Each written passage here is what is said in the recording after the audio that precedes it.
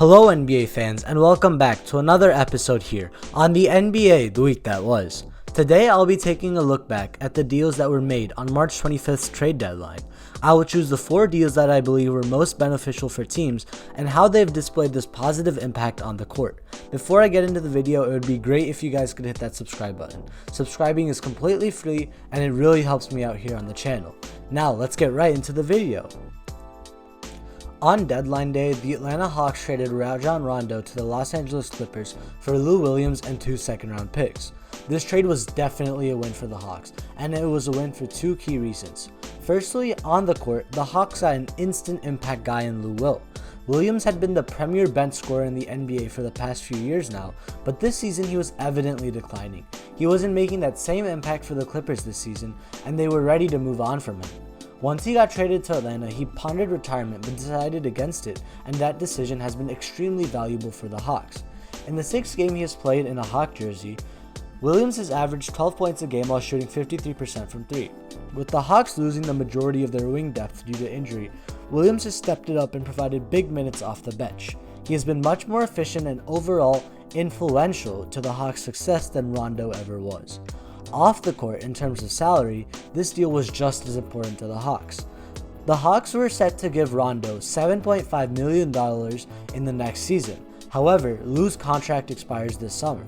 Therefore, that $7.5 million, it can go towards paying John Collins the money he deserves as part of the contract extension, which is very important to the Hawks' long-term success. Overall, this trade was a big win for Atlanta both on and off the court. Arguably the biggest blockbuster of the trade deadline this year was Nikola Vucevic being traded to the Bulls.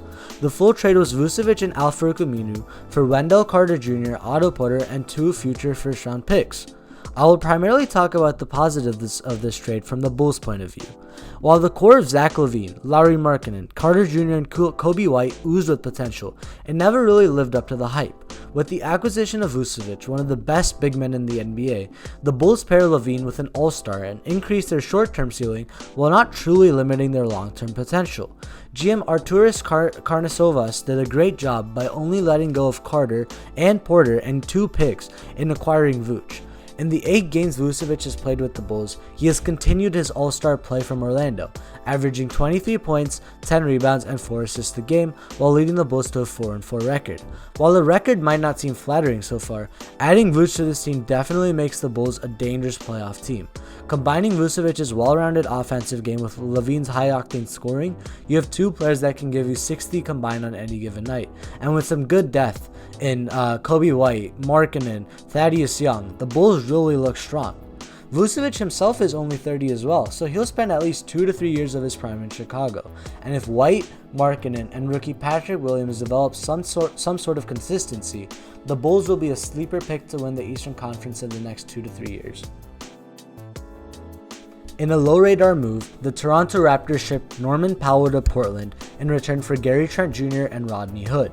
With this move, the Raptors were signaling the white flag and establishing a long-awaited rebuild. Powell had been averaging an extremely efficient 19 points a game for the Raptors, but they decided to trade him for a relatively unproven talent in Trent Jr. and a low-impact player in Hood. I personally thought that this trade would turn out to be better for Portland, however Trent Jr.'s play has proved me wrong. In 9 games with the Raptors, Trent has averaged 18 points a game while shooting 41% from 3. He even had a career-high 44 points in a game against the Cavaliers. When comparing Trent and Powell, they have similar skill sets, except Powell is more of a well-rounded offensive player, while Trent brings more defensive upside. However, the key reason I believe this trade was impactful for the Raptors is that they brought in a guy who's 5 years younger than Powell and has the potential to become a two-way force, something Powell could have never been given his defensive limitations. Ultimately, this trade will pay dividends for the Raptors in the coming years.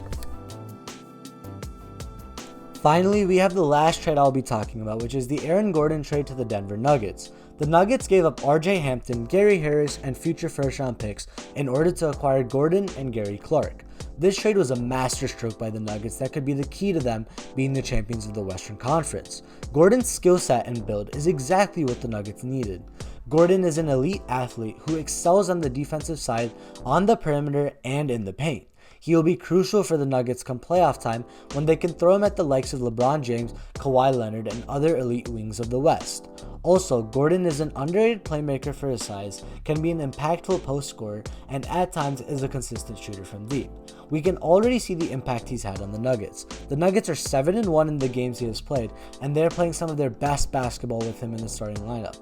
With Gordon, the Nuggets have a menacing starting lineup of Jamal Murray, Will Barton, Michael Porter Jr., Gordon, and Jokic. It is a team that can score at all positions and can do the same by getting stops in the defensive end.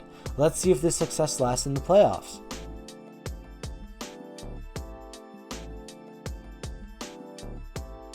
And with that, I would like to wrap up this analysis on the best deals of the trade deadline here on the NBA the week that was. If you're new to this channel, please hit that subscribe button and like the video while you're at it. And I'll catch you guys next week on the NBA the week that was. See ya!